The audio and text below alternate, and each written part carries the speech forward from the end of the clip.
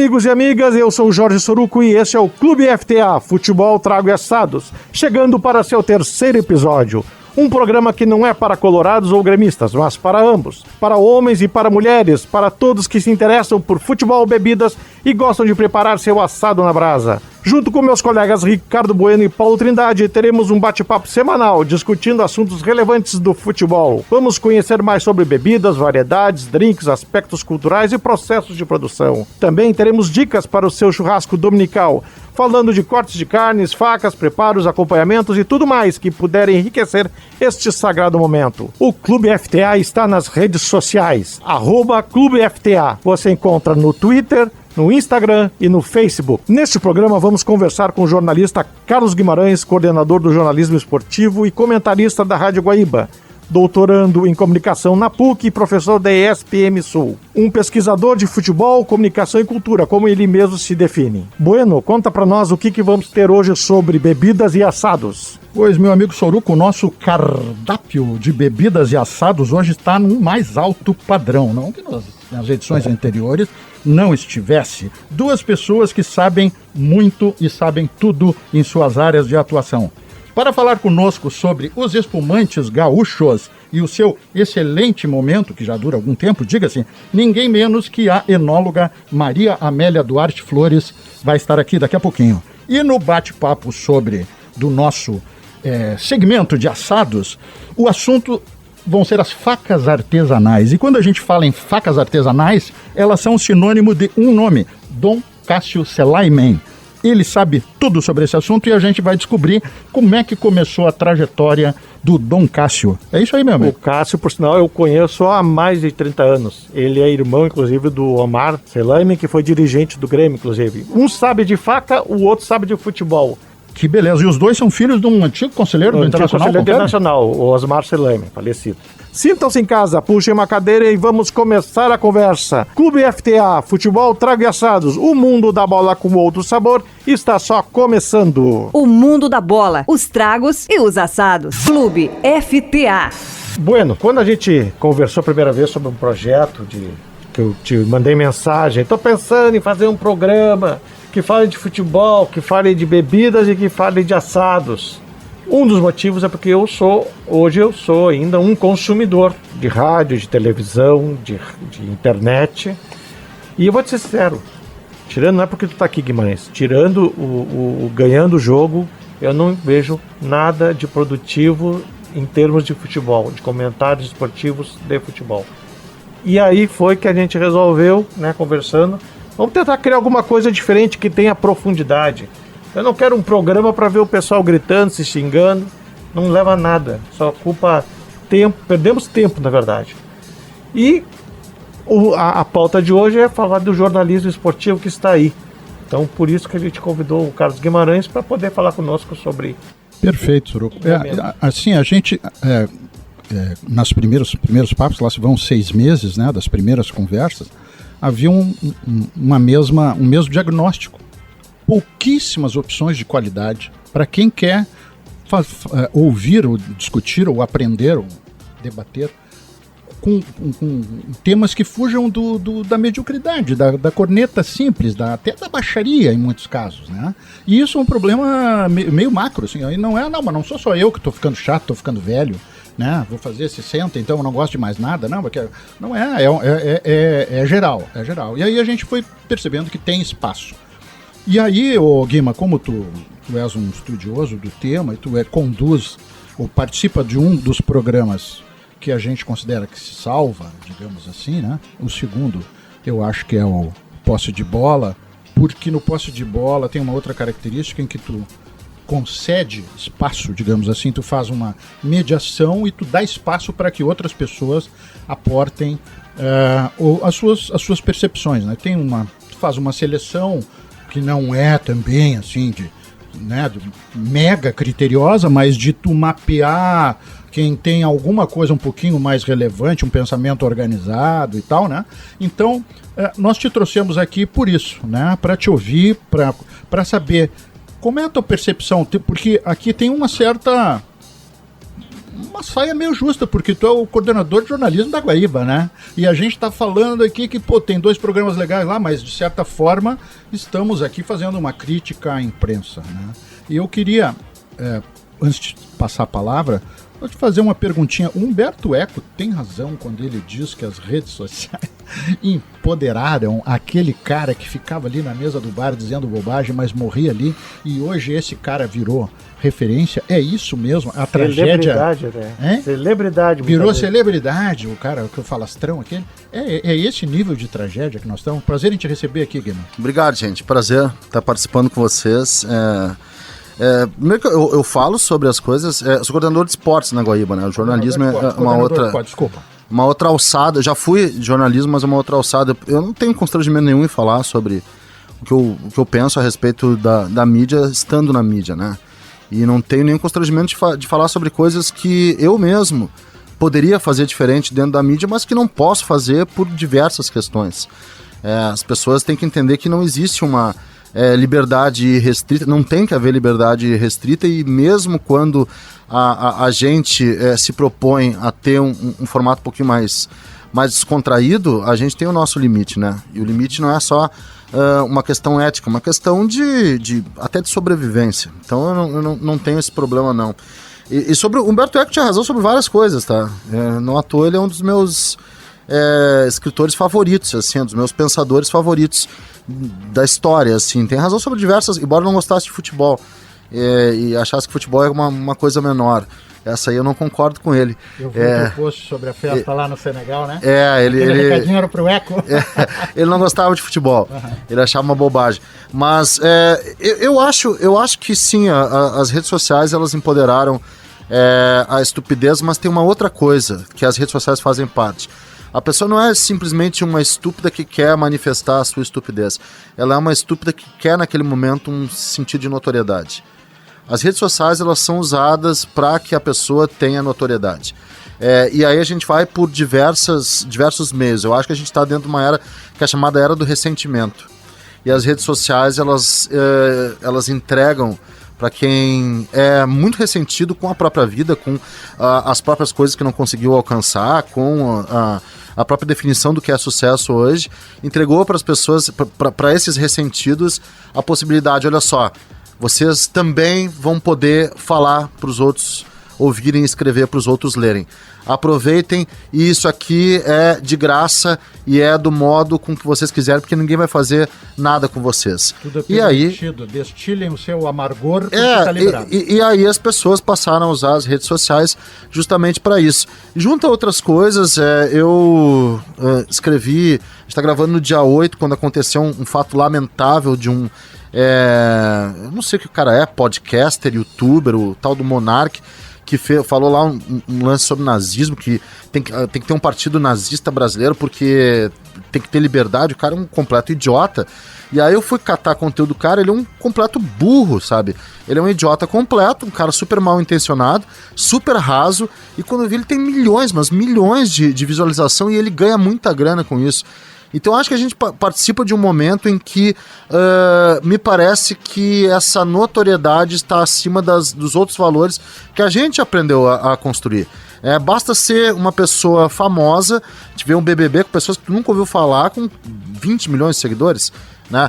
E aí, se tu for contestar isso, eu fiz um teste uma vez com aquela participante, a VTube.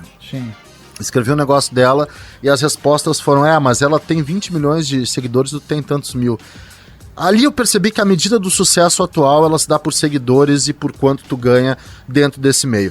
É por isso que as pessoas, elas destilam a sua estupidez, porque aquilo ali vai ter uma notoriedade, ela vai ser notada, ela deixa de ser uma anônima. Ela vai ser acolhida, ela vai ser apoiada, ela vai encontrar eco. Ela pode nem ser apoiada, ela pode ser rejeitada, mas ela vai ser, ela vai ser notada, ela vai ter ali uma sensação de existência. Olha só, eu existo aqui. Né? Essas pessoas, mesmo me rejeitando, mas significa que eu existo. Nesse momento eu não passei, eu deixo de ser um anônimo, e mesmo por 15 minutos de fama, né, para pegar o termo do Andy Warhol, mesmo por 15 minutos eu vou ser uma pessoa que as pessoas vão olhar. É sobre isso a rede social. A rede social, ela é para que as pessoas, elas se sintam notadas. Na verdade, o que move a rede social, além do ressentimento, é a carência, né? E como é que entra o jornalismo nessa jogada? Como é que a gente que tenta trabalhar com informação, debate, né, conteúdo, trazer algo diferente, como é que lida com isso? Porque há um tempo atrás, em que esse retorno era um pouco mais dificultado, tinha que mandar uma carta para o jornal, tu ligava para a rádio, era uma dificuldade ser atendido, né, porque era telefone fixo, enfim, os feedbacks vinham de uma maneira mais lenta, mas tu ao mesmo sempre houve, obviamente, uma busca de leitor, uma busca de audiência. Como é que faz hoje? Faz o caminho inverso? Eu quero menos audiência, mas mais qualidade? Eu quero menos... Como é que lida com isso, Guimarães? Como é que o cara que está lá na coordenação de jornalismo, na hora de pensar o tipo de programa, o perfil de profissional que vai trabalhar, né? Porque tem também a responsabilidade do comunicador, né? Porque mal ou bem, mesmo com toda digamos assim, essa resposta imediata ou essa interação, ainda assim, quem está no microfone são alguns, não são todos, correto? Sim. Tem uma responsabilidade aí. Tem. Na verdade, se a gente pensar a história do jornalismo, o jornalismo de abrangência, o jornalismo que sempre teve audiência, nunca foi o jornalismo mais... Os parâmetros de qualidade, eu acho que qualidade é um negócio subjetivo, mas vamos lá, nunca foi um jornalismo mais sofisticado ou mais de mais profundidade, né? Sempre foi um jornalismo... Aliás, as coisas no Brasil, o que é popular nunca foi uma coisa mais assim, na arte a mesma coisa, nunca foi uma coisa mais aprofundada, nunca foi uma coisa mais bem trabalhada, que as pessoas podem chamar até de sofisticada. Então esse é o primeiro ponto. Só que antes não tinha rede social para que a gente tivesse esse feedback, né? Hoje o que eu vejo é uma diluição do jornalismo que eu achava que era lenta e gradual lá atrás. Hoje eu acho que veio muito rápido essa diluição do jornalismo. Por quê? Porque a gente tem uma pluralidade de espaços em que é feito jornalismo. Vocês estão fazendo jornalismo aqui. Certo. Não deixa de ser jornalismo, né? A gente tem uma pluralidade de espaço. E acho que isso não é uma coisa ruim. Eu não acho que seja uma coisa ruim. Eu acho que é uma coisa que vai determinar, vai se desdobrar para, por exemplo, a gente ter um jornalismo segmentado, a gente ter um jornalismo nichado, a gente ter um jornalismo voltado para um determinado público, uma determinada situação ou uma determinada temática, camada, vai atingir um determinado nicho de pessoas. Se a gente for pegar o que a gente consome hoje, a gente, especialmente, eu tô falando, eu acho que pessoas, por exemplo, numa classe social menos favorável ainda consomem o todo. Mas a gente, com certo discernimento e conhecimento e possibilidade, privilégio, né, que é um grande privilégio, a gente consegue segmentar isso, a gente consegue se voltar para um determinado consumo. Você só consome, um consumo personalizado, né? Então acho que esse é o futuro, é um nicho. E sobre como fazer na Rádio Guaíba, eu não faço absolutamente nada. Eu pensava muita coisa diferente em gestão. Antigamente eu achava que o rádio tinha que ser do jeito que eu queria. Hoje eu não penso mais isso. Na Rádio Guaíba eu acho que a gente tem uma linha editorial, que é uma linha editorial que não entra no botequismo, né? A gente volta e meia tem umas botecadas. Eu mesmo dou umas botecadas, né? Mas a gente não entra no botequismo, é diferente a botecada do botequismo. Que é uma linguagem hoje que faz muito sucesso em rádios, né? Que é puxar o bar pro microfone, a gente não faz isso. Preserva a característica daqueles profissionais, as características são preservadas, e na hora de montar a equipe a gente vai buscar gente que tenha mais ou menos um match, né? Deu uma sincronia, exato, uma certa identidade. Exato, entre o que ele é e aquilo que a rádio é. Mas os profissionais são livres para colocar suas coisas. Eu não tenho nenhum tipo de pressão, não diz isso, não fala aquilo. A gente só evita o botequismo, embora algumas botecadas de vez em quando. Perfeito. Que ninguém é de ferro também. Até no outro programa nós estávamos comentando até sobre os jornalistas que não parecem estar tão preparados, porque, né, lembra, acho que era a coletiva do Lisiero, onde os repórteres fizeram várias vezes a mesma pergunta, né? Isso. Até tu comentou, eles não têm uma segunda pergunta para fazer, porque passou a primeira. O cara vai para uma coletiva com uma no colete, né? E aí... tá faltando uma formação melhor na média para os repórteres? Cara, eu acho que tem duas coisas nisso, né? A primeira é que nessas coletivas, às vezes tem 10 participantes numa coletiva com um jogador. Eu vou te dizer, se eu fosse o 9º ou 10º perguntar, eu também não sei se eu teria pergunta, cara. Sério mesmo, em alguns casos, também, né? Isso é um outro aspecto. É muita gente. Eu não sei se eu teria alguma pergunta. E todo mundo se obriga a perguntar, então tu tem que criar uma coisa ali, porque o que importa já foi, entendeu? Esse é o primeiro ponto. Talvez até o formato tivesse que ser discutido. Eu acho que sim, mas é o único necessário pra gente ouvir ainda os caras, porque não dá mais pra atender exclusivamente. Tem muito meio, tem muita gente no meio. Segundo, tem muita gente deslumbrada com a ideia de... a pergunta numa coletiva já não é mais um ponto de esclarecimento. Ela me parece uma forçação pra tirar alguma frase do cara. E para que eu tenha a vaidade de a manchete de capa, de a manchete de capa ser a partir da pergunta que eu fiz. Quando na verdade eu só quero saber algumas coisas do cara, né? Eu não tenho essa vaidade. E por fim, eu vejo que tem uma coisa que é muito por conta de circunstâncias do meio, muita gurizada. Tu não tá preparado, eu não tava preparado, não é porque eles são guris e eu quando tinha a idade deles, eu não tava preparado eu não faria diferente deles. É cada vez mais gurizada participando, os repórteres são cada vez mais jovens, por diversas circunstâncias, porque o meio paga pouco, porque tem muita gente que tá abandonando o meio para tentar outra coisa, que tem uma remuneração melhor, porque essa gurizada ela tem uma formação diferente da formação que eu, por exemplo, tive, quando a gente não tem acesso ao todo, a tudo. Eu não tinha acesso à internet quando quando entrei no jornalismo, não tinha acesso à internet, né? Então eu tinha que mais ou menos optar por coisas e lugares para me informar. Diferente, a gente lia mais, é uma diferença, a rede social, o todo, assim, ter acesso a tudo meio que às vezes emburrece, entende? Porque tu não sabe muito bem pra onde ir, tu começa a fragmentar as coisas, tu começa a ter um pouquinho aqui, um pouquinho aqui, um pouquinho ali, e quando tu vê, tu não sabe nada. Mas eu acho que também eles são muito jovens, jovens. Eu acho que o Soruco vai querer chamar um intervalo. Eu queria falar um pouquinho, na sequência, na volta, claro. Soruco, me lembra, Guimarães, do papel do editor. Eu fui editor na Zero Hora, né? Eu sempre tive vocação para ter esse papel. Eu queria bater um papo, aprofundar um pouquinho essa coisa que é do tutor e do editor no jornalismo. Com certeza, Bueno. Voltaremos em instantes para continuar essa conversa com o Carlos Guimarães, da Rádio Guaíba. Clube FTA. Hora de falar de trago.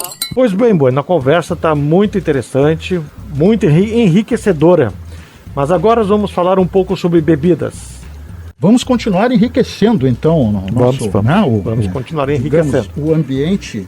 Nós temos uma convidada, como eu já falei na abertura, muito especial. Queria agradecer demais a presença da Maria Amélia Duarte Flores, uma enóloga que traz flores até no sobrenome para embelezar aqui o nosso Estúdio Gaia.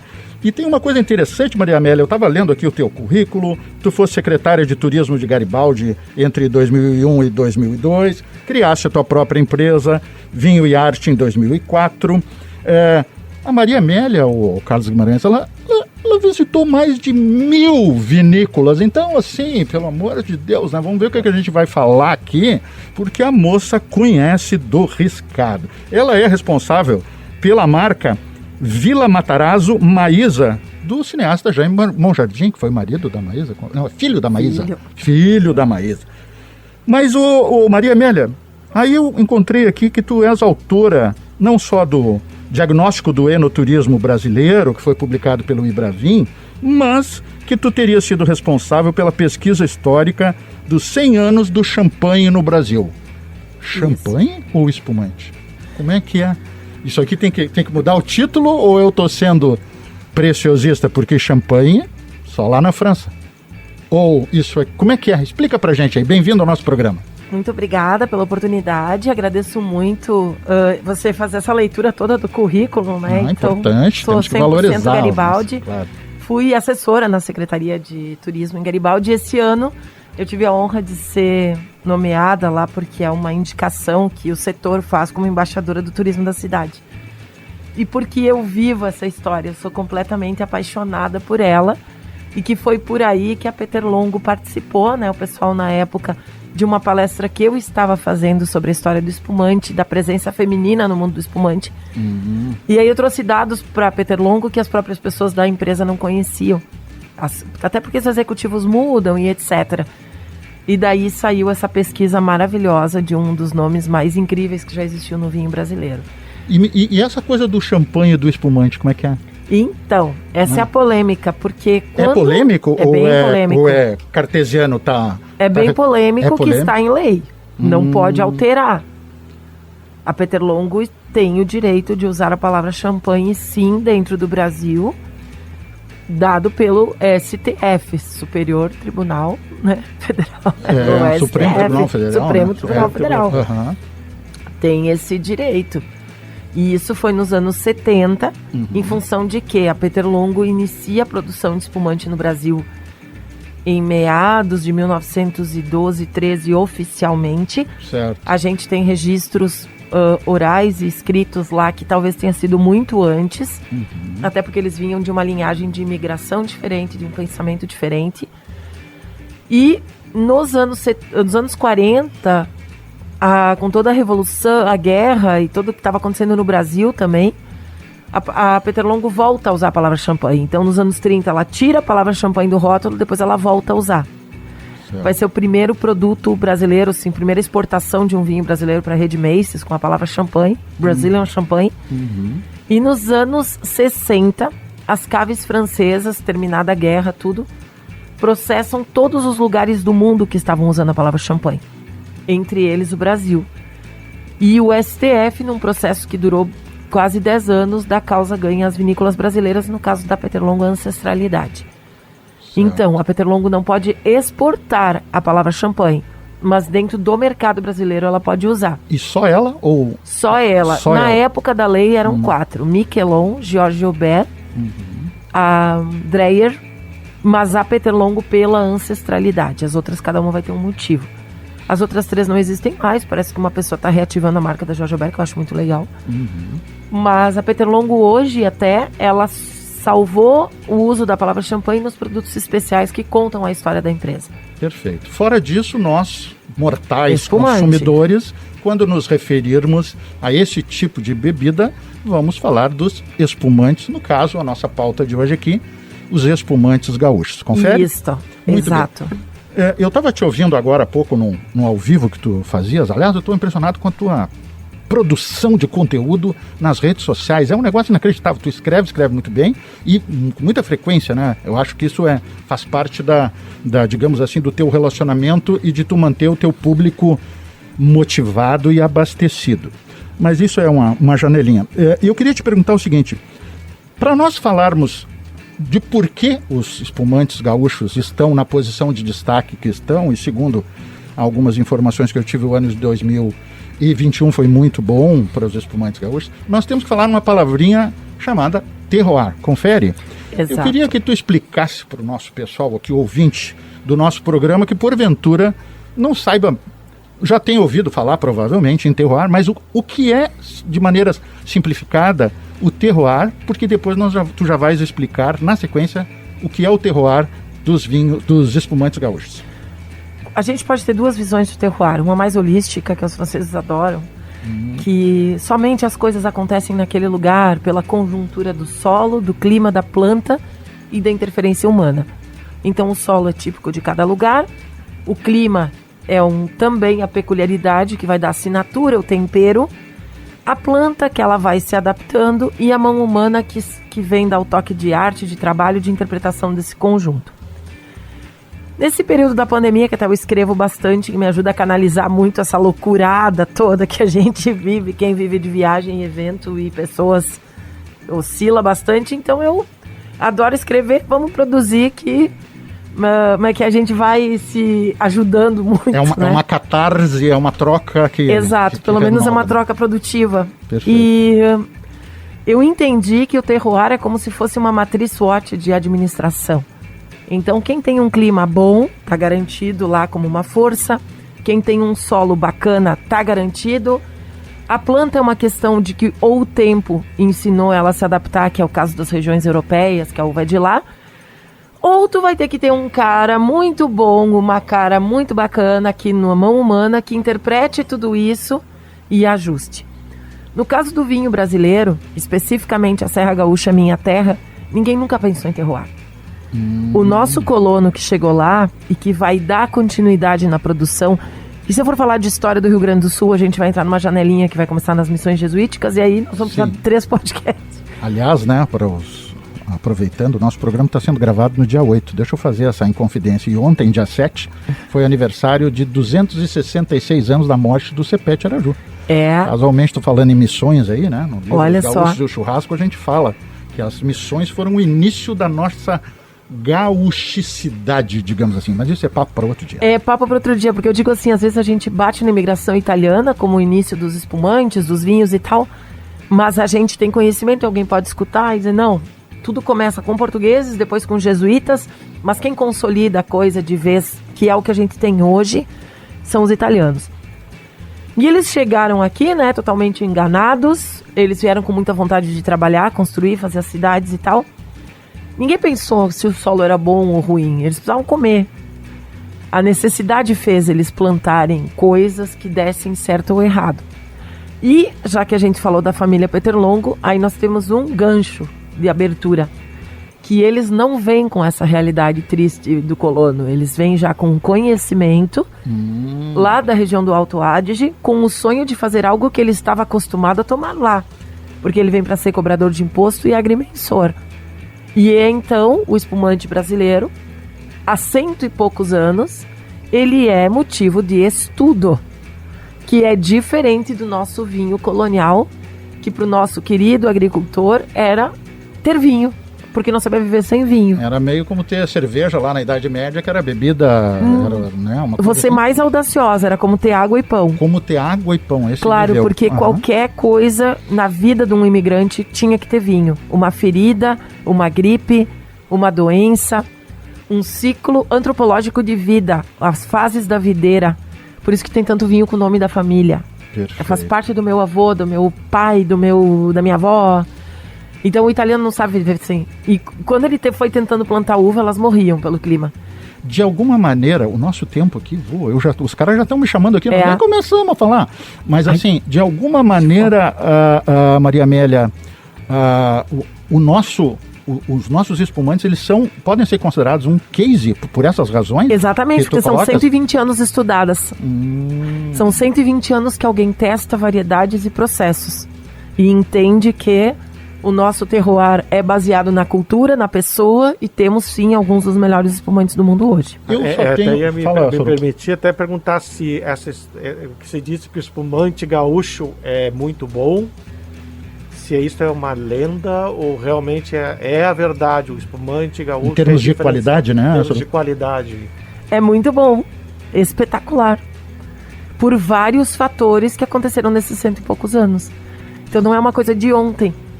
É desde 1913, alguém insistindo que se plantasse uva branca, alguém em 1925 trazendo levedura fresca da França, alguém nos anos 60 trazendo as autoclaves, anos 50, um Mário Gais, uma Chandon, um Adolfo Lona que chegam aqui nos anos 70, 80. Então não é a mão de um, é a mão de muitos. Diz aí. Eu tenho uma pergunta bem de leigo, assim, né, de completo leigo no assunto. Que são os critérios. Que critérios são utilizados para se detectar que um espumante é bom ou ruim? Porque para quem é leigo e para quem é só um consumidor, nem apreciador, para quem toma de vez em quando mesmo, né, como é meu caso, é o gosto. Bateu o gosto, e o gosto é baseado em referências que a gente tem do que é bom ou que é ruim, né? Mas para quem é especialista, quais são os critérios e se existem critérios objetivos para que uma safra ou uma marca seja considerada boa ou ruim, Maria? Então, o espumante é a bebida da verdade. Não só porque a gente bebe e fala demais, mas porque ele tem gás carbônico e ele é bebido numa taça de cristal que revela tudo. Olha, se tiver só qualquer defeito, que é o contrário da cerveja. Tiver qualquer defeito, qualquer problema, vai ser a primeira coisa que vai aparecer. Tanto que a campanha da cerveja geralmente é beba estupidamente gelado, de preferência no bico, na latinha, o quanto mais rápido possível. O espumante te propõe o oposto. Coloque na temperatura tal, numa taça em cristal, então aquele gás carbônico vai trazer todo o defeito de cara. Como é que aparece esse defeito? Aparece com cheiro de uva podre, com cheiro de coisa desagradável, é muito visível. Então o enólogo parte que ele precisa fazer bem feito. E no caso do Brasil, como a nossa uva não amadurece no máximo possível, algumas, fica mais ácido. E o ácido nesse caso é muito positivo, que é o que deixa refrescante. E aí a gente toma uma garrafa, 2 e não percebe, porque é refrescante. Gente, é o seguinte, ô Soruco, eu vou sair do programa e eu vou montar um programa sobre bebidas. Eu não sei, nós vamos a partir do próximo Clube Futebol e Assados. Eu vou fazer um programa sobre bebidas, não vai nem se chamar trago, porque é até uma indelicadeza a palavra trago com todo esse conhecimento e essa classe. Trago é outra coisa. Trago é outra coisa. Tudo tem seu espaço. Maria Amélia, olha só. Maravilhosa a tua participação aqui. Eu te afianço, assino em 2 vias, que tu vais retornar, porque é preciso que tu continue nos contando coisas interessantes, curiosas e que trazem identidade, personalidade para o nosso programa e para os nossos ouvintes que estão basicamente hoje no Rio Grande do Sul. Não sabemos onde vai parar o programa, né, hoje em dia com a internet. Então, eu queria te agradecer enormemente, te pedir desculpas porque deu mal para a gente começar o papo e te dizer, volte aqui porque estaremos de portas abertas e quem sabe com as taças posicionadas. De cristal. O próximo pode ser inclusive o Paulo, programa de degustação. Pode. Daí vocês me convidem quando tiver um programa de degustação. Vamos organizar isso. À vontade, para mim é um prazer ter estado aqui, para Vinho e Arte, toda essa comunicação, até porque o vinho tem que romper as barreiras que as pessoas criam de preconceito em torno dele. Não, é uma bebida legal, é uma coisa descolada, tem para todos os gostos. Não tem preconceito com que eu gosto de vinho suave, vinho com gelo, nada. Eu acho que a gente já está passando muito tempo preso em casa e nessas máscaras a gente tem que ser feliz, pelo menos quando toma uma bebida que a gente goste. Então, obrigada pela oportunidade e fico sempre à disposição. Maravilha, obrigado. Valeu. Sorucão, toca a ficha aí, porque agora aumentou o compromisso, hein? Quero ver manter o nível lá em cima depois desse papo ótimo com a Maria Amélia. Cada dia melhora mais. O mundo da bola, os tragos e os assados. As gurias sabem muito de futebol. Clube FTA. Tudo bem, pessoal? Aqui é Maressa Sampaio e estamos aqui para falar da primeira edição da Supercopa do Brasil Feminina, que teve time gaúcho na final. As gurias gremistas superaram o Cruzeiro e o Flamengo para encarar o Corinthians. Sempre bom lembrar que o Corinthians é a grande equipe do Brasil, da América do Sul, e dificilmente elas ficam de fora de alguma final. Por outro lado, essa foi a primeira vez que uma equipe gaúcha chegou à final de uma competição nacional no futebol feminino. Sempre bom também a gente ressaltar que o futebol feminino vive um grande momento de visibilidade e que teve transmissão aberta em pleno domingo às 10h30 da manhã na grande emissora do país, quem diria, hein? Bom, o jogo contra o Corinthians na Neoquímica Arena teve público de 20 mil pessoas e esse público foi maior aí do que vários jogos do Paulistão, jogo do Santos, jogo do São Paulo, jogo do Palmeiras, inclusive. Foi bem significativo porque não foi só a presença do público. A renda arrecadada ficou na casa dos R$440 mil, o que mostra que se houver sim um fomento, o público não só se faz presente, mas paga seu ingresso, contribui, faz a economia girar, como a gente gosta de dizer, e se torna lucrativo. O futebol feminino pode ser lucrativo. Que o exemplo da torcida corintiana possa ser estendido aí a outros clubes para que busquem a autossuficiência do seu futebol feminino, porque potencial há, tá cada dia mais na cara, né? Tá cada dia a gente tem exemplos mais práticos disso. Outra coisa que a gente tem que dizer é que apesar de todo esse saldo positivo em termos de visibilidade, transmissão na TV aberta, esse grande interesse do público que está cada vez maior, a gente também tem que lembrar que a arbitragem mudou completamente os rumos dessa competição. Foram assim erros crassos, gol com origem tendo falta, gol legal anulado por impedimento. Foi assim, uma salada de frutas de erros crassos de arbitragem. Erros esses, e é inadmissível que uma competição que envolva os times melhores colocados, os melhores clubes do Brasil, uma competição curta, em jogos únicos, tem um nível tão baixo de arbitragem. E também que não tenha VAR, né, gente? Poxa, uma transmissão com os melhores clubes, uma transmissão que vai passar na TV aberta, inclusive, sabe? Que tem grande interesse. Para ser elite, né? Uma competição de elite. Não ter VAR não justifica, gente. Não tem cabimento. Jogos do futebol feminino não devem ser usados como teste. E é isso que a gente está vendo, jogos do futebol feminino sendo usados, ou futebol feminino sendo usado como laboratório para juiz, para árbitro, para ver se esse árbitro é bom ou não. Isso é um absurdo, né? Para depois o árbitro ser aproveitado no futebol masculino. É isso que a gente está assistindo e é isso que a gente tem que reclamar, bater nessa tecla, porque o próprio Brasileirão do ano passado, a Série A1, foi muito prejudicado por erros de arbitragem assim grotescos, que não é novidade a esse nível tão baixo de arbitragem no futebol feminino. Por enquanto é isso, gurizada, lembrando que a gente sempre tem esse encontro marcado para falar de futebol feminino. Até mais! Futebol, trago e assado. Clube FTA. Estamos de volta conversando com Carlos Guimarães da Rádio Guaíba. E agora o Bueno queria fazer uma colocação a respeito das editorias. Na verdade é do papel do editor. Guimarães, eu fui editor lá na Zero Hora, trabalhei na Zero Hora 7 anos, e virou e mexeu, a minha natureza era exercer o papel de editor. O Carlos Wagner, o Nilson Mariano, sei lá quem, um monte de cara aí que a gente vai citar são Humberto Treze, essas lendas vivas aí, a Eliane Brum, são repórteres e jornalistas da apuração, da investigação, né? Eu sempre me dei melhor no papel de editor. Esse trabalho, Guima, que eu sei que na rádio é bem diferente, mas a minha esposa, a Maria Fernanda, que é jornalista, trabalhou na Gaúcha, ela lembra, por exemplo, que o Moreto fazia com o pessoal lá. Olha, vem cá, meu velho, essa palavra aqui tu vai derrubar o locutor, entendeu? Não vou saber um exemplo agora aqui, mas fica muito ruim pro cara ler. Não tem fluxo, esse teu texto aqui não está com ritmo, né?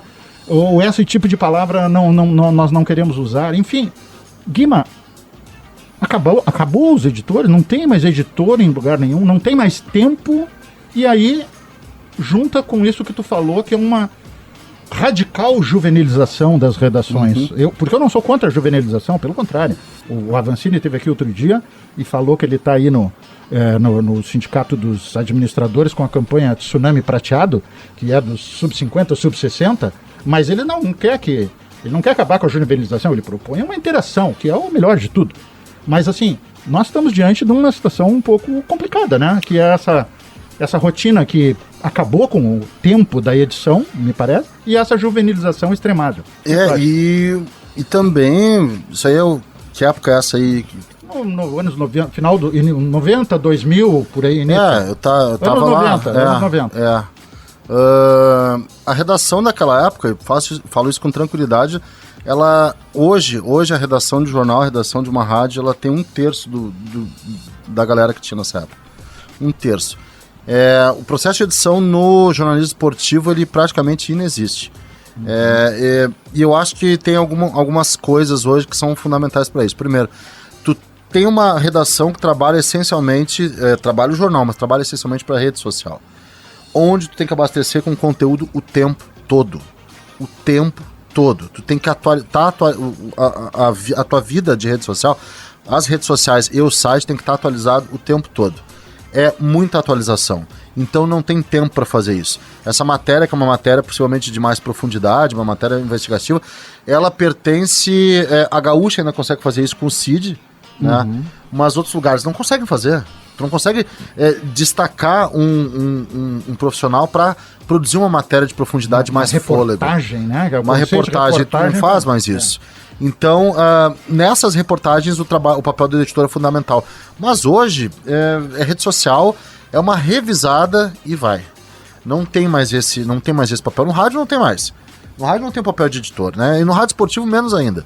Que tem uma determinada organização, um roteiro, tem pauta, mas esse processo de edição não tem mais. Outro ponto importante, a rede social, ela especialmente o Twitter, que é onde os jornalistas mais militam, é o Twitter, né? Ela é essencialmente uma rede de opinião. E ali nos passa a sensação que a gente vai ter opinião para tudo. Tu pega isso na cabeça de um jovem. O jovem com o sentimento que vai ter uma opinião para tudo. Quando ele chega num lugar onde ele percebe que ele não vai ter opinião ali, porque afinal de contas ele tem que passar por um processo até ele ter uma opinião. Ele vai ter que trabalhar informação, que é ele vai ter que trabalhar a informação, né? Ele vai ficar mal. Eu cansei de ver gente falando que tinha que estar opinando porque sabe que é um reserva do time da 5ª divisão da Ucrânia, sabe? E não é assim. A opinião é uma construção que é muito difícil. Então eu acho que a redação hoje ela é enxuta e rápida.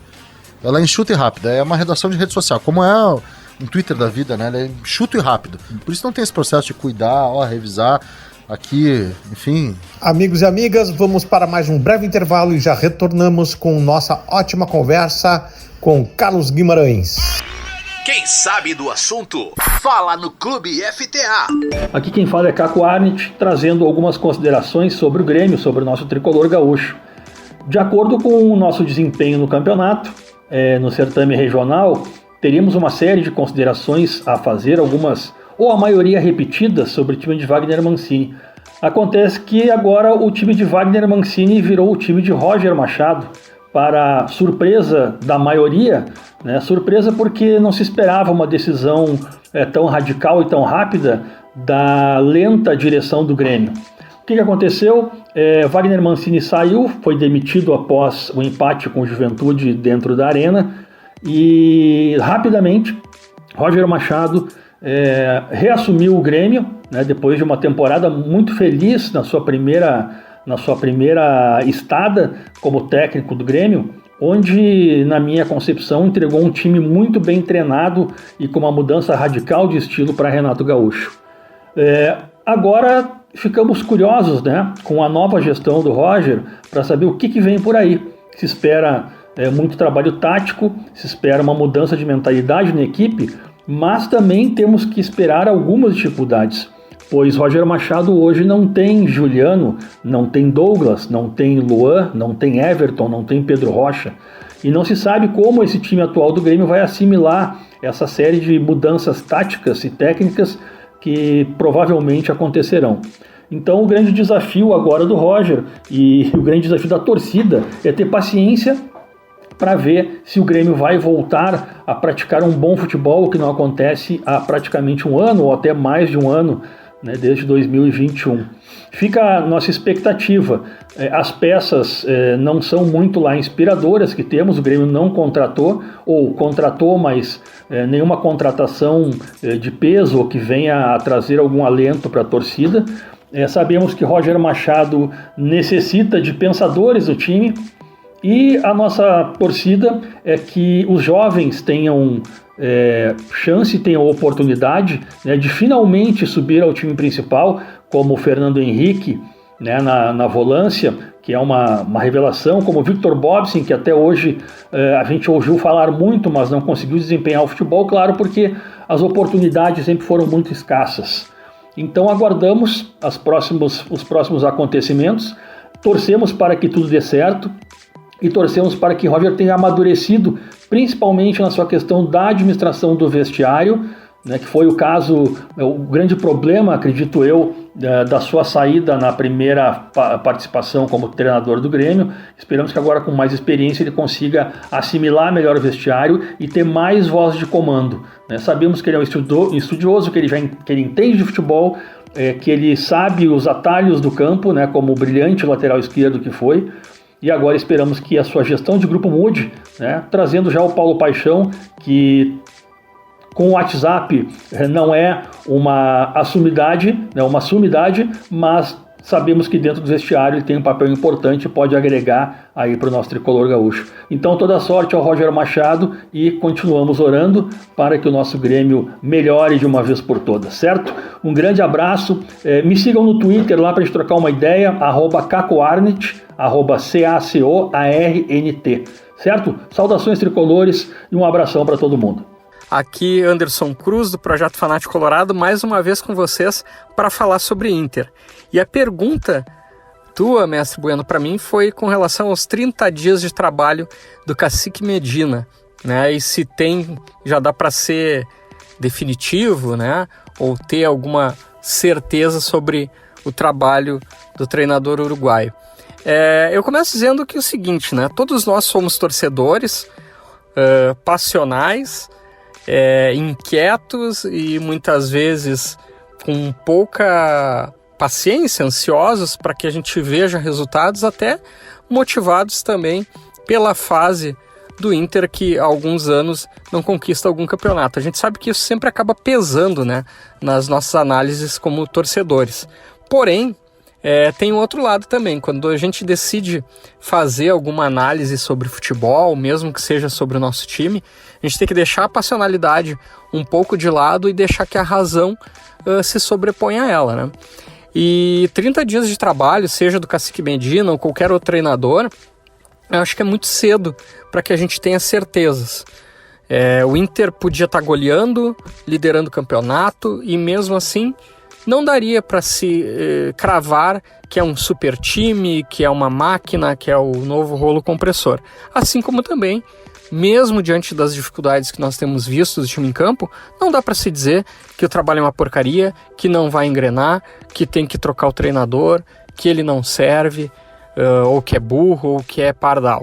Enfim, nós como torcedores, a gente tem algumas questões, por exemplo, eu tenho jogadores que eu não gostaria que sequer tivessem ficado para que o novo treinador tivesse oportunidade de analisá-los, né? A gente sabe que alguns não entregam o que o time precisa, outros têm seus ciclos já encerrando, mas assim, o profissional é ele. Se ele chegou aqui e ele quer ter alguns jogos para analisar, ver com seus próprios olhos e ter a sua certeza também, que eu acredito que ele vai ter, que alguns jogadores são insuficientes, tem que ser dado esse tempo a ele. Até porque o Inter embora já esteja em meio a uma competição, ainda equivale a um período de pré-temporada, né?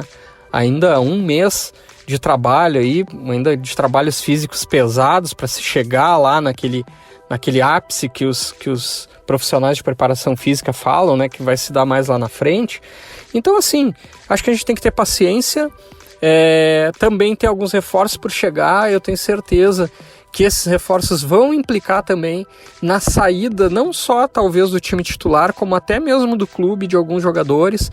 Então, assim, vamos confiar no trabalho. Eu acho o Inter entre os semifinalistas vai chegar desse campeonato e com chances de ser campeão, e vamos ver daí para frente, encaixando o trabalho com novos jogadores ainda, com um grupo fechado lá para o Brasileiro, aí nós vamos poder ter mais certezas que nunca são absolutas sobre o trabalho do treinador. Agora é hora da dica pro seu assado no Clube FTA.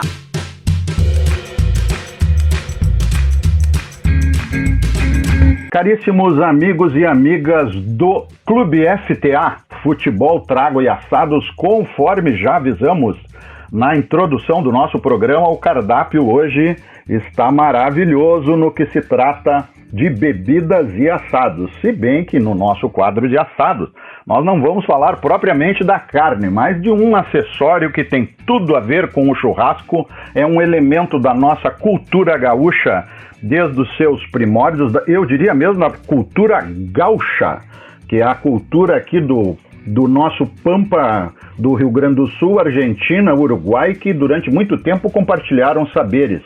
Este acessório, meus amigos, é a faca. E quando a gente fala de faca aqui no Rio Grande do Sul, ora, pelo amor de Deus, ela é sinônimo de Dom Cássio Selaimen, um homem que é cirurgião dentista. E há mais ou menos 20 anos, pelo que eu tenho nas minhas anotações aqui, iniciou seus estudos sobre esse tema pegando livros estrangeiros, aí, livros da Europa e dos Estados Unidos. Dom Cássio, muito prazer em recebê-lo. Conta para nós como é que foi o início dessa jornada até o senhor virar um ícone da cutelaria gaúcha e brasileira.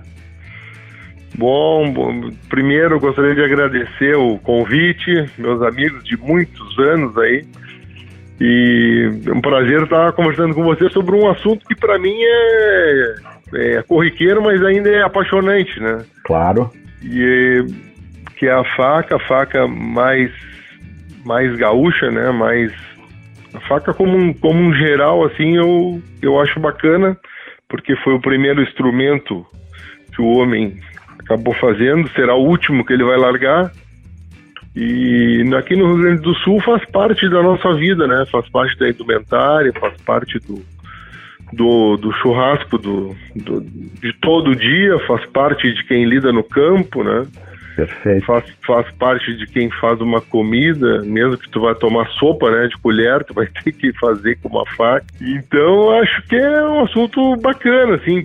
Eu também fiquei surpreso quando eu comecei a lidar com as facas e tal. Eu achei que era um assunto muito menor do que é, e a paixão muito menor do que as pessoas tratam também esse assunto. A visibilidade não é proporcional, digamos assim, ao caráter afetivo, digamos, é isso? Olha, eu nem sei te explicar, assim, eu nunca soube explicar direito, assim, a paixão que algumas pessoas têm pela faca, assim, no mundo gauchesco, sem dúvida nenhuma, mas é uma coisa muito forte, muito atávica, as pessoas gostam, querem falar sobre, querem entender o processo, como é que faz. Eu tenho muita gente que me compra a faca, a coleção inteira, e nunca usou, sabe? As minhas facas não são facas de coleção, minhas facas são facas de uso, né? Sim, ela é uma faca então, para ser instrumental mesmo, para ter uma aplicação prática, mas o pessoal adora tanto que cultua como se fosse um objeto, algo assim. Então, assim, é uma coisa assim que para mim me impressiona bastante mesmo, e é legal. No final eu acabei estudando, que nem tu falou na introdução ali. Uhum. Quando eu comecei, eu tinha acabado um doutorado na minha área. Perfeito. E eu tava muito fuçado com esse negócio de livro e tal. Para mim, só o que estava escrito é o que prestava, aquelas coisas. Sim, quem está mergulhado em doutorado, meu Deus do céu, é referência bibliográfica da manhã à noite. Isso, E aí eu comecei a estudar, importar e tal. Na época não tinha esse negócio de internet, né? Sim. Era mais antigo ainda. Eu peguei um pouquinho depois veio essa facilidade da internet.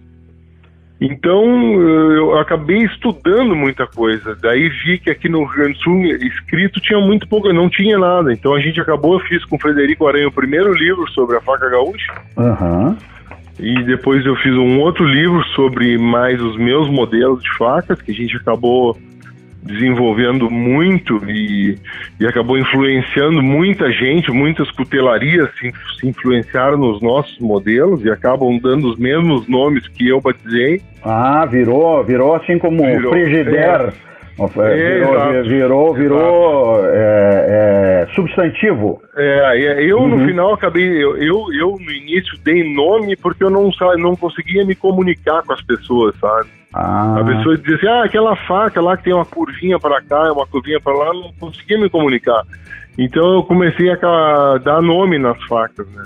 Eu tive uma certa facilidade com isso também, porque, que nem eu te falei, negócio da paixão das facas e tal, que para mim é um pouco incompreensível. Lá pelas tantas virou moda as pessoas fazerem músicas e poesias para mim. Então hoje eu tenho aí 2 CDs editados só com música que as pessoas fizeram para mim. O Elton Saldanha, principalmente o Antônio Augusto Fagundes, o Telmo de Limas Freitas e tal. Então às vezes eu pensava alguma coisa dessas músicas aí e botava o nome de uma faca. E eu tenho a faca farroupilha, tenho a faca sangue farrapo, tenho a faca bico de carancho, tem, sei lá. E esses nomes aí, as pessoas, como eu já sou meio idoso, né? Sim. As pessoas começaram a usar os mesmos nomes que eu tenho. Vou lhe pedir licença um segundo aqui. Vamos lá. Versos de Elton Saldanha. Lá no rancho de Dom Cássio, da forja salta faísca, fagulhando a brasa viva andam estrelas ariscas.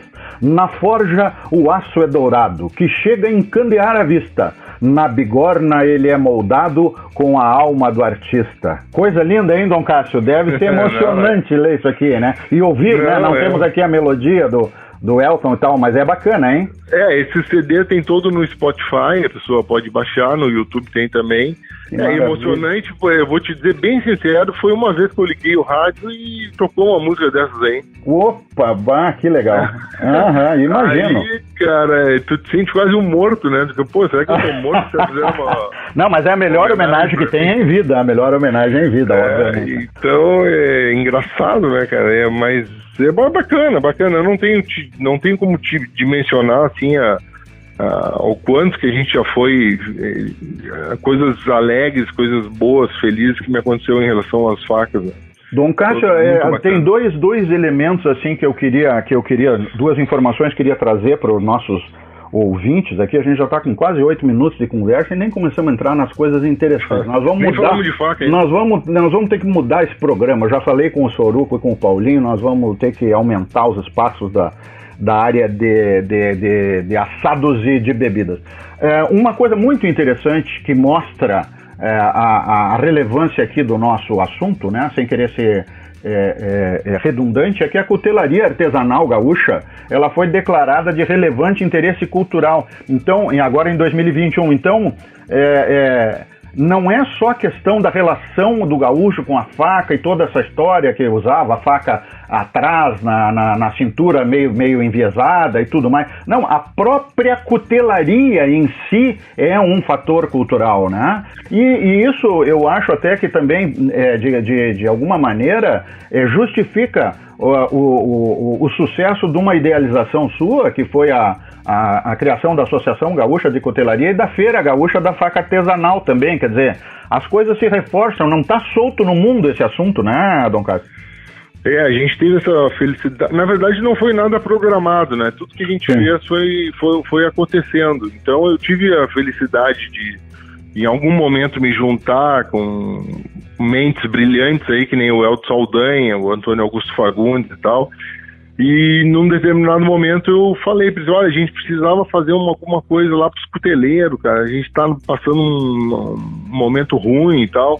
E aí a gente fez a primeira feira de cutelaria, e aí em seguida fez a associação de cutelaria, porque como a gente tinha mais facilidade em formar uma associação, em organizar as pessoas, né, chamar para um encontro, e aí chamar, que eu digo, não adianta tu chamar só os cuteleiros, a gente tinha facilidade de chamar público, chamar um artista, chamar um radialista, sabe? Então a gente acabou organizando mesmo a feira de cutelaria, hoje é a segunda maior do Brasil, talvez uma das maiores da América do Sul, e a associação de cutelaria mais forte do Brasil é a Associação Gaúcha de Cutelaria hoje. Em número de associados, isso? Em número de associados, em força, certo. Tudo. Representatividade. A gente consegue esse tipo de coisa que o Hernani Polo que propôs lá, que a faca fosse de uma identidade cultural do Rio Grande do Sul e tal. São coisas que a gente vai fazendo porque conhecemos as pessoas e porque as pessoas entendem que a gente está fazendo uma coisa boa para todo mundo, né? Embaixo desse guarda-chuva da cutelaria, que é uma coisa que nunca aparecia para ninguém, era um cara que fazia uma faca numa oficina, um cara que fazia outra faca, sei lá, num cantão. Embaixo desse guarda-chuva hoje a gente exporta cuteleira para o mundo inteiro. Mas que beleza. Porque temos aqui ícones, que não sou eu, obviamente, mas tem aqui ícones de qualidade mundial que dão cursos, dão aulas e tal, e exportam cuteleiros para o mundo inteiro. Inclusive agora foi lançado um outro livro, parece uma bíblia, assim, deve pesar acho que pesa 10 quilos o livro, quase. Nossa! Acho que é o maior livro de cutelaria do mundo. E foi lançado no Brasil. E tudo isso aí a gente está envolvido, não diretamente, mas de uma maneira indireta, tá? Porque teve uma semente lançada lá atrás, né? E aí veio brotando. A cutelaria cresceu e os cursos cresceram e o interesse cresceu e a visibilidade aumentou e o dinheiro começou a entrar para esses caras que antes só tinha um produto rústico, né? Sem visibilidade. Às vezes tinha um produto muito bom, mas não tinha visibilidade. Aí passa a ter um outro valor agregado, né? É uma cadeia econômica. Dom Cássio, eu queria lhe pedir uma gentileza. Se o senhor pudesse me reservar a sua agenda. Esse nosso programa aqui, que nós estamos conversando hoje, ele vai ao ar hoje vai ao ar no dia 19, tá? Eu queria lhe pedir a gentileza de o senhor reservar a sua agenda para daqui um mês. Eu quero fazer uma nova entrevista com o senhor e aí nós vamos entrar no assunto faca, tipos de faca, como é que é fazer uma faca, entendeu? As especificidades, porque é um assunto muitíssimo interessante. Eu tenho certeza que os nossos ouvintes vão querer aprender com o senhor. Infelizmente, quando a gente tem um podcast, um programa de rádio, a coisa toda é limitada. E esse assunto aqui é espetacular. Tu tens a minha linha direta aí. Quando começou a pandemia, a gente colocou um curso grátis no YouTube, são 18 aulas completas sobre cutelaria. Que maravilha. Ela pode aprender e aí tinha muita gente que perdeu o emprego e tal, e se apoiou nesse curso para ter uma renda extra, alguma coisa assim. Já pode dar uma olhada lá e a gente vai conversando e vamos lá. Que beleza. Como o nosso programa é futebol, trago e assados, eu lhe pergunto, qual é o seu assado preferido? Qual é o corte? O meu assado preferido é costela de qualquer bicho vendo o time do Inter. Oi, Galete, pronto, tá respondendo. Já matou as duas numa resposta só. Onde é que tu ia chegar, então já aportamos ali. Tá bom. Dom Cássio, olha, foi um enorme prazer falar com o senhor, lhe conhecer. Nós não nos conhecemos pessoalmente, mas não faltará oportunidade. Interessantíssimo o nosso papo e tá convocado, não é nem convidado, tá convocado para daqui a uns 30 dias a gente fazer um novo programa, pode ser? Linha direta comigo, é só me ligar que a gente está à disposição. Que maravilha, show de bola, muito obrigado, um abração e amigos do FTA, voltamos aí com os nossos papos futeboleiros que estão em alto nível. Aquele abraço. Futebol, trago e assado. Clube FTA. Estamos de volta para o terceiro e último bloco desta conversa muito interessante com o jornalista Carlos Guimarães da Rádio Guaíba. Paulinho Trindade. Cheguei, pessoal. Manda brasa, Paulinho. Cara, a questão das redes sociais, tu acha que ela pasteurizou de uma certa forma? A gente está falando de futebol, acho que como todo, a gente poderia abrir para isso, mas a questão do futebol, a gente não tem hoje uma comunicação muito pasteurizada, muito fraca para o torcedor. Somos obrigados a se contentar com 2, 3 informações por dia, sendo que elas repetida várias e várias vezes em vários drops, em vários boletins, a mesma informação. Não acha muito pobre? E aí eu fico preocupado porque tu faz o dia a dia. Tu é um cara intelectual, um pensador também da parte de comunicação. Como é que tu te sente vendo isso? Porque eu fico preocupado e eu tô perdendo o tesão de escutar aquela rádio que eu amava, os debates. Eu não tenho mais referência nenhum de comentarista, de narrador. Grande Paulinho. Cara, acho que sim, e acho que tem a ver com, primeiro, uma dificuldade de acesso, né? Antigamente o acesso era mais tranquilo às coisas que acontecem no clube, hoje é tudo muito blindado, é tudo muito fechado, então a gente não tem esse acesso mais. O uso da fonte antes era um uso melhor, né? Hoje o uso da fonte... primeiro, as fontes estão mais espertas, eles escondem melhor o jogo, e segundo que a própria relação da reportagem com a fonte em si, ela é uma relação mais distante, né? Não tem mais aquela intimidade do dia a dia, quando antigamente tu via o repórter todo dia, tu via o repórter mais do que via a tua família, tu vai ter, mesmo que tu não queira, tu vai ter um momento de intimidade com o repórter. Hoje não tem mais isso. Tu tem um lance de falar de igual para igual, tu vai falar diferente com um cara da tua idade em relação a um guri. Tem isso, tá? É normal, na nossa vida é normal isso, tá? A gente vai tem um sentido de credibilidade na velhice, isso eu comecei a perceber depois que a minha barba ficou branca. Te dá um sentido de credibilidade a velhice, né? Então é diferente. Eu acho que tem vários pontos aí que é a precarização, né? Porque menos gente com menos idade, com menos bagagem, cobrindo o dia a dia que antes era coberto por outras pessoas, né? Quando eu começo a ouvir rádio, sei lá, os setoristas já eram de uns 40, 30 e poucos. Hoje tu vai um guri de 19, esses dias um guri de 19 foi fazer setor, né? É um negócio, com 19 anos a gente não tem traquejo, não tem nem muita referência, não tem muita história, tem nada, né? Por mais que tenha se dedicado a ler e tal, mas o cara tá meio ali, né? Exatamente. Tá meio deslumbrado também. O Zé Alberto é uma exceção nesse mundo, né? O Zé Alberto começou cedo também, mas nem tanto, né? O Zé Alberto ele começa como produtor, ele vai ser repórter ali pelos 25, 26, por aí. Mas que já é uma idade, que é uma idade boa para começar. Sim. Eu acho que é uma idade boa para começar, 25, 26, para começar a ser repórter, no caso, pode entrar em outros setores, enfim. Né? Ele esperou também, todos eles esperaram. Né? Com 19 anos era muito difícil ter alguém com 19 anos já entrando efetivamente na assim, primeira linha, né? Na primeira linha, tu não tem. Né? No caso do rádio não tem nem voz, tua voz não tá formada ainda, né? Ô Guima, tu não acha estranho tu colocaste a questão da blindagem dos clubes em relação aos jogadores, ao acesso ao clube e tudo? E um clube de futebol é uma empresa de entretenimento, move a paixão, e quem fez muito futebol brasileiro foi a TV. São os meios de comunicação que fazem o futebol ser o que ele é.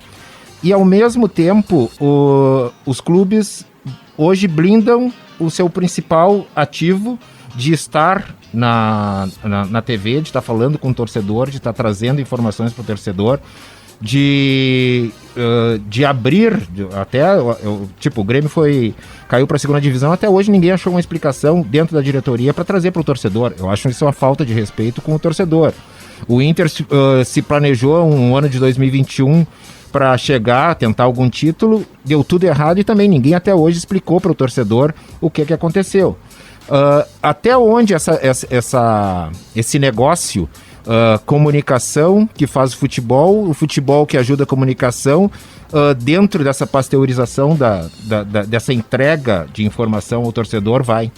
Só fazer um parênteses, o Avancini comentou aqui no programa anterior da dificuldade do pessoal de comunicação e de marketing dentro do clube de também ter acesso às histórias, quer dizer, sim, é uma autoblindagem de certa forma, mas, né? Sabotagem. A gente reclama de produção de conteúdo, não tem produção, e o clube, podendo em tese produzir conteúdo e botar nas mídias, nem ele permite muito isso, não entra no vestiário, o treinador não fala. Mas quer saber de uma coisa? Foi a melhor coisa que eles acharam isso.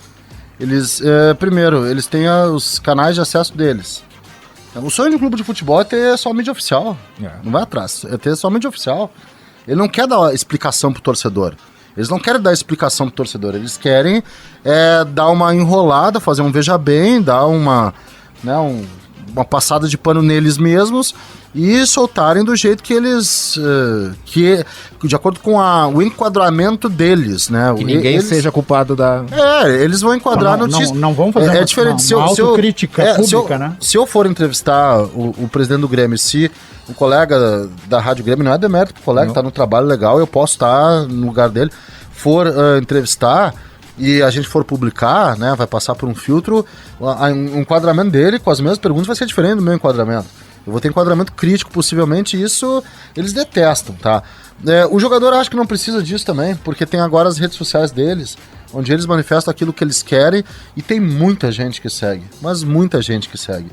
Então, eu vejo que a televisão ela faz bem pro clube na hora de pagar pelos direitos, e no restante eles não se comprometem a fazer nada. E a TV também não se compromete. A única coisa que está em contrato é aquela declaração lá de intervalo de pós-jogo. O restante não tem contrato nada. O técnico do clube vai ser obrigado a falar Tem depois do jogo só, mas vai ser obrigado a falar além de depois do jogo uma vez por semana. Não tem nada disso. Então, eles sinceramente, eu acho que eles têm o pensamento de que não precisam da mídia. Eu acho que eles têm o pensamento que eles não precisam da mídia, porque eles conseguem enquadrar as versões dele e as pessoas acabam comprando. Eu vejo o Inter agora, por exemplo, tá? O Inter tá o Inter hoje é dividido, os torcedores estão divididos entre os abelistas e os não aguento mais, né? Os abelistas são aqueles que querem a volta do Abel, os não aguento mais, os caras querem jogar com o time jogando pra frente e tal, e etc. E eu vejo que quem defende a direção defende de um jeito incondicional, e quem critica a direção critica também de um jeito incondicional, né? Nós vamos para a segunda divisão de um lado e do outro lado tem que dar tempo para coisas que às vezes podem ser um pouquinho mais rápidas. São enquadramentos. Enquadramentos passam pelo público também. O público hoje ele tá muito mais interessado em acreditar naquilo que ele quer do que nas coisas como realmente são, sabe? Mas eu ia chegar nesse ponto, queria chegar aí também, né? É um troço meio caótico, né? A gente tá com essa, digamos, crise dentro do jornalismo, das empresas de comunicação, com a juvenilização, com baixos recursos, com baixos salários, com uma coisa de ter que fazer a rede social, alimenta.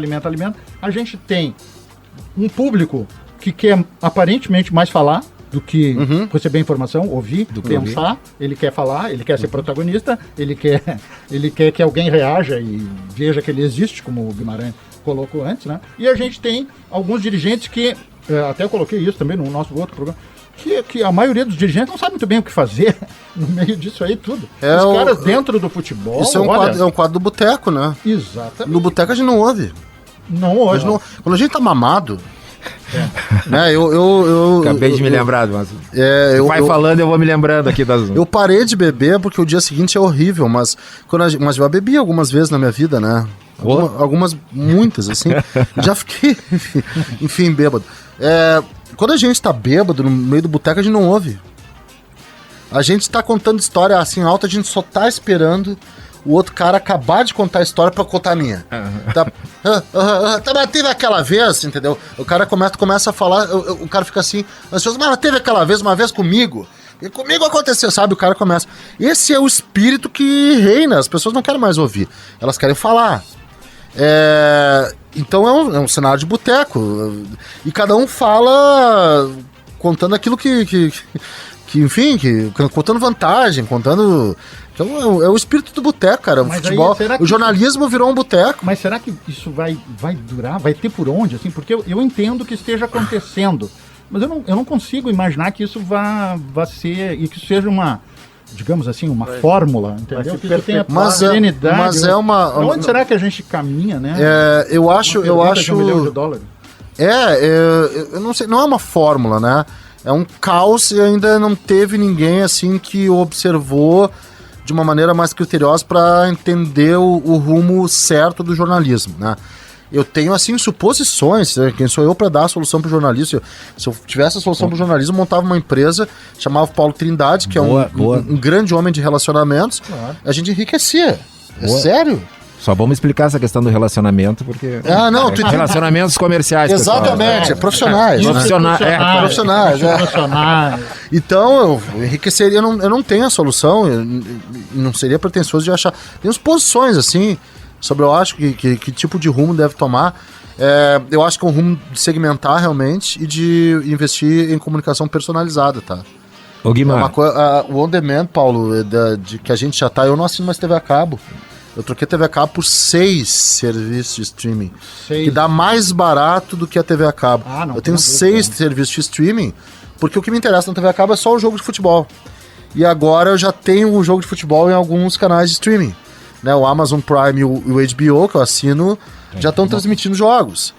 Então, por que eu vou manter a TV a cabo pra ver lá no Universal o Liam Neeson salvando a filha dele de novo, sabe? E é louco isso, tem, né? Porque ou as branquelas. Quanto tempo Cara, e quanto tempo tem a TV a cabo, né? Nem bem a TV convencional morreu, a TV a cabo já tá morrendo. Então é uma loucura, acho que a TV convencional vai dar um repique, será? Vai se reinventar. Assim, tipo o bolachão. Eu acho que a TV a cabo é que vai vai se esvaziar com o on demand. Sim, claro. Mas eu acho que a TV aberta vai se reinventar. Eu tenho quase certeza disso, porque tem muito... A TV aberta vai pegar o todo, entendeu? A gente vai acabar consumindo esse todo. Vai se reinventar com fórmulas tradicionais, novela, programa de auditório, mas vão refazer algumas coisas. Já estão trocando, né? O jogo de quarta de noite pelo Big Brother, né? O Big Brother é uma fórmula de TV aberta muito bem sucedida, né? Sim. Deixa eu sacanear o Guima aqui. Tu achas que o professor Rui Carlos Osterman teria espaço na mídia de hoje? Eu acho que sim. Tu acha que as pessoas iriam escutá-lo? Eu sou apaixonado, eu aprendi futebol com o professor Rui Carlos Osterman. Eu acho que sim. Acho que sim. Acho que ele seria escutado, acho que ele seria muito ouvido, e acho que teria espaço, porque hoje se tem espaço para qualidade, né? Ele só talvez não tivesse o alcance que ele teve. Porque hoje, como é um alcance assim, muito segmentado, e é um alcance... e hoje a gente vive a realidade do... Ou tu sabe, ou tu é muito fã, ou tu não sabe quem é.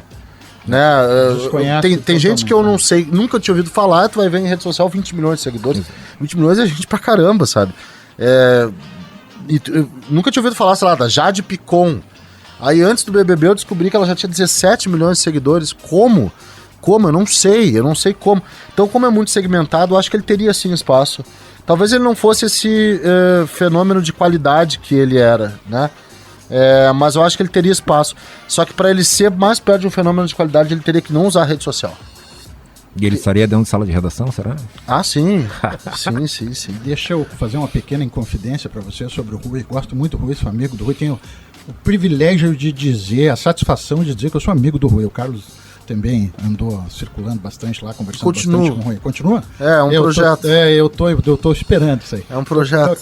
Tá parado. Tá parado por conta da pandemia e tudo mais. Não, de outras coisas. Tá. Tô no meio de uma tese de doutorado, né, cara? É o troço mais difícil que eu já fiz na minha vida. É horrível, assim, ó. É solitário, é terrível, tu come. Eu abandonei a bebida por causa disso, né? Mas eu continuo fumando. Então, eu basicamente fumo, tomo Coca-Cola e como doce enquanto tô fazendo uma tese. Sexo? Não, que isso? Não. E tô no terceiro já, tá? Tu é bom nisso. Eu tô atrás de ti. Eu tô no terceiro já, tá? Mas deixa eu fazer uma inconfidência pra vocês. Eu tive algumas não duvido, tô brincando. Eu tive algumas passagens lá pra RBS, né? Eu fui revisor de 81 a 83, quando eu conheci lá o meu querido João Paulo Trindade, pai dessa figura que tá aqui. O pai dele era uma figuraça, ele é uma figura. E os filhos dele, não sei se tem filhos ou filhas. Tem o seu Pedro. São as figurinhas. Figurinha. Então, depois dessa patrocínio álbuns Panini. Numa das minhas passagens lá pela RBS, que eu era o secretário executivo do Portal Social, em 2005 a 2008, virava e mexia, eu estava lá pela redação, ali falando com o pessoal e tal, e ia lá no sala, fazia alguma participação, tentando envolver os comunicadores da casa na questão social, ali dos projetos e tal. E numa dessas ali, fui no cafezinho, o tradicional café ali, no andar da rádio mesmo. Seu Gilberto, né? Seu Gilberto. Exatamente. Falecido. E aí estamos ali, né? Faleceu. Seu Gilberto? Seu Gilberto faleceu. Ah, é? E aí, o Guima e Paulinho, eu olhei pro Rui e digo, e daí, professor? O negócio tá complicado, né? Assim, meio enigmaticamente. Mas sim, o negócio pode ser um monte de coisa, professor, o negócio tá complicado, né, professor? E ele me disse assim, Ricardinho, em 2007 devia ser isso, tá? O problema é que ninguém mais tem informação. Todo mundo tem opinião. Em 2006, 2007, meu amigo, o Rui já estava enxergando o fenômeno. Veja bem, nós estamos em 2022, de lá pra cá, a maionese então definitivamente... Eu vou revelar um negócio aqui pra vocês que eu não posso revelar, mas vou revelar. Opa! Tá. Atenção, então, pessoal, quem tá ouvindo o programa... Denúncia? Não, é segredo de Estado, não é segredo de Estado. É um projeto, eu tô participando de um projeto com o professor, tá? Eu não sei como que isso vai terminar, porque é bem extenso, assim, né? As pessoas já sabem, eu tô escrevendo a biografia do Rui. Sim. Né? E participei de diversas conversas, tenho muitas horas gravadas com o Rui. E o professor é uma das figuras mais, se não a figura mais interessante que eu já conheci em toda a minha vida, porque o Rui ele é uma persona, e ele sempre vestiu essa persona como se fosse uma proteção para ele. Mas quando ele se desfaz dessa persona, que são momentos muito, muito, muito raros, tá? A gente vê e ele se desfaz do professor e entra ali, a gente até brinca lá entre eu, a Cris, né, filha do Rui, o pessoal que trabalha junto no projeto, o Christian, que é um baita cara também. A gente brinca que saiu o Rui, entrou o Carlos. E que os momentos Carlos deles são assim, ó, espetaculares. E as pessoas que conviveram com o Rui também já me disseram isso, né? Que para acessar o Rui tem que ser uma via intelectual, que é muito difícil acessar o caso Carlos, né? E é um desafio, mas quando ele consegue se desfazer, tu vê um outro lado, que talvez pouquíssimas pessoas na vida tiveram a oportunidade de ver esse lado. É por isso que eu falei antes, que eu tive esse privilégio de estar num assado com o Rui, com a Cris, com a Fernanda. Com a Fernanda, assim, cara, sem pauta, sem nada, não tem nada de... Não tem Rui. Ele é um cara sensacional. É o Rui pai, é o Rui marido, é o Rui Isso, avô. é sensacional. É uma figura, assim, realmente... Só que ele nunca transmitiu isso pro público dele. Ele sempre foi o profissional, ele nunca transmitiu isso pro público. Ao contrário do que eu penso que tem que ser, talvez por isso, ele talvez tivesse que mudar a abordagem. Hoje eu acho que a gente tem que ser muito mais humanizado, né? E é um desafio para mim nessa... Meu primeiro capítulo é justamente sobre isso, né? De que forma eu tenho que construir uma história pro Rui, tirando do Rui o mito. E eu descobri que é impossível. Meus queridos companheiros de projeto, Ricardo Bueno, Paulo Trindade, Carlos Guimarães, nosso convidado nesse programa, queria agradecer muito a tua presença aqui, abrilhantando o nosso episódio, né? Nosso terceiro episódio, e tomara que a gente possa marcar outras conversas em outros programas futuros. Eu queria dizer o seguinte, estamos tendo a felicidade de ter aqui pessoas no nosso programa que a gente fica louco para que voltem, né? Com certeza e vai voltar. Isso é sinal de que tem consistência, tem conteúdo. O Guimarães é o cara que está enlouquecido com a tese de doutorado dele. Eu te agradeço muito a gentileza, porque eu sei como é que é essa doideira. Acho que até foi legal para ti, né? Foi bacana, deu uma esclarecida. Valeu, Guima, valeu. Bacana, se eu estiver vivo até o próximo programa eu volto. Muito bom. Valeu, gente. Obrigado muito obrigado. Obrigado, querido. E voltamos na próxima semana com mais um Clube FTA, Futebol Trago Assados. FTA tem muita gente importante na audiência. Que é o Rui Carlos Osterman. Eu tô mais uma vez falando de alguma coisa pela qual eu batalhei a vida toda, que é exatamente o futebol, a versão que a gente pode dar para ele, e ainda, naturalmente, aquilo que se decora daquilo. São os assados, por exemplo. Acho ótima essa ideia, porque a gente tem que ter necessariamente uma cultura da culinária também. Tem que ter atenção para essas coisas. Olha, meus cumprimentos mesmo. E aí, galera do FTA, aqui é Aldo Rosa do Burger Geek. Aldinho Matador, a lenda, um dos maiores centroavantes que a Várzea já produziu. O centroavante que tá estampado no Hall da Fama do Colégio Anchieta. Tô vindo aqui para parabenizar vocês, galera, pela iniciativa de colocar em um programa 3 assuntos que fazem parte de momentos tão maravilhosos de confraternização entre amigos e familiares, que é o futebol, o trago e aquele churrasquinho. É que nem eu na frente do gol, é tocar e correr pro abraço. Fica aqui todo o meu desejo de sucesso, de um sucesso enorme para vocês. Beijo no coração. Você ouviu o Clube F... Transmissão não autorizada. Aí, galera, aqui é o Corneteiro. Suruco, tá me ouvindo? Suruco. Caramba, meu, como é que é o Carlos Guimarães, né? Cara, o cara é bom, hein? Manda ele mandar os caras fazer umas perguntas inteligentes, meu. Cara, que papo mais filosófico esse, meu. Eu não tô entendendo nada aí, mas, cara, parece bom. Suruco, tá me ouvindo? Suruco, cara, gostei dessa mulher aí, meu. Assim, ó, o programa ganha outro nível quando a mulherada tá aí, velho. Não sei porquê, velho, mas gostei desse papo da espumante aí. Como é que é a champanhe? O Bueno tá inspirado, hein? Como é que eu faço? Cara, isso é caro. Eu só tenho copo Sica aqui. Cara, esse Paulo aí que chegou na parada ali, cara, gostei desse cara. Esse é aquele negão bonitão, aquele? Cara, não tem mais ninguém que faça comentário, análise, crônicas sobre futebol que nem tinha o professor, cara. Que saudade, que saudade. Tem que ouvir esses palha. Game over.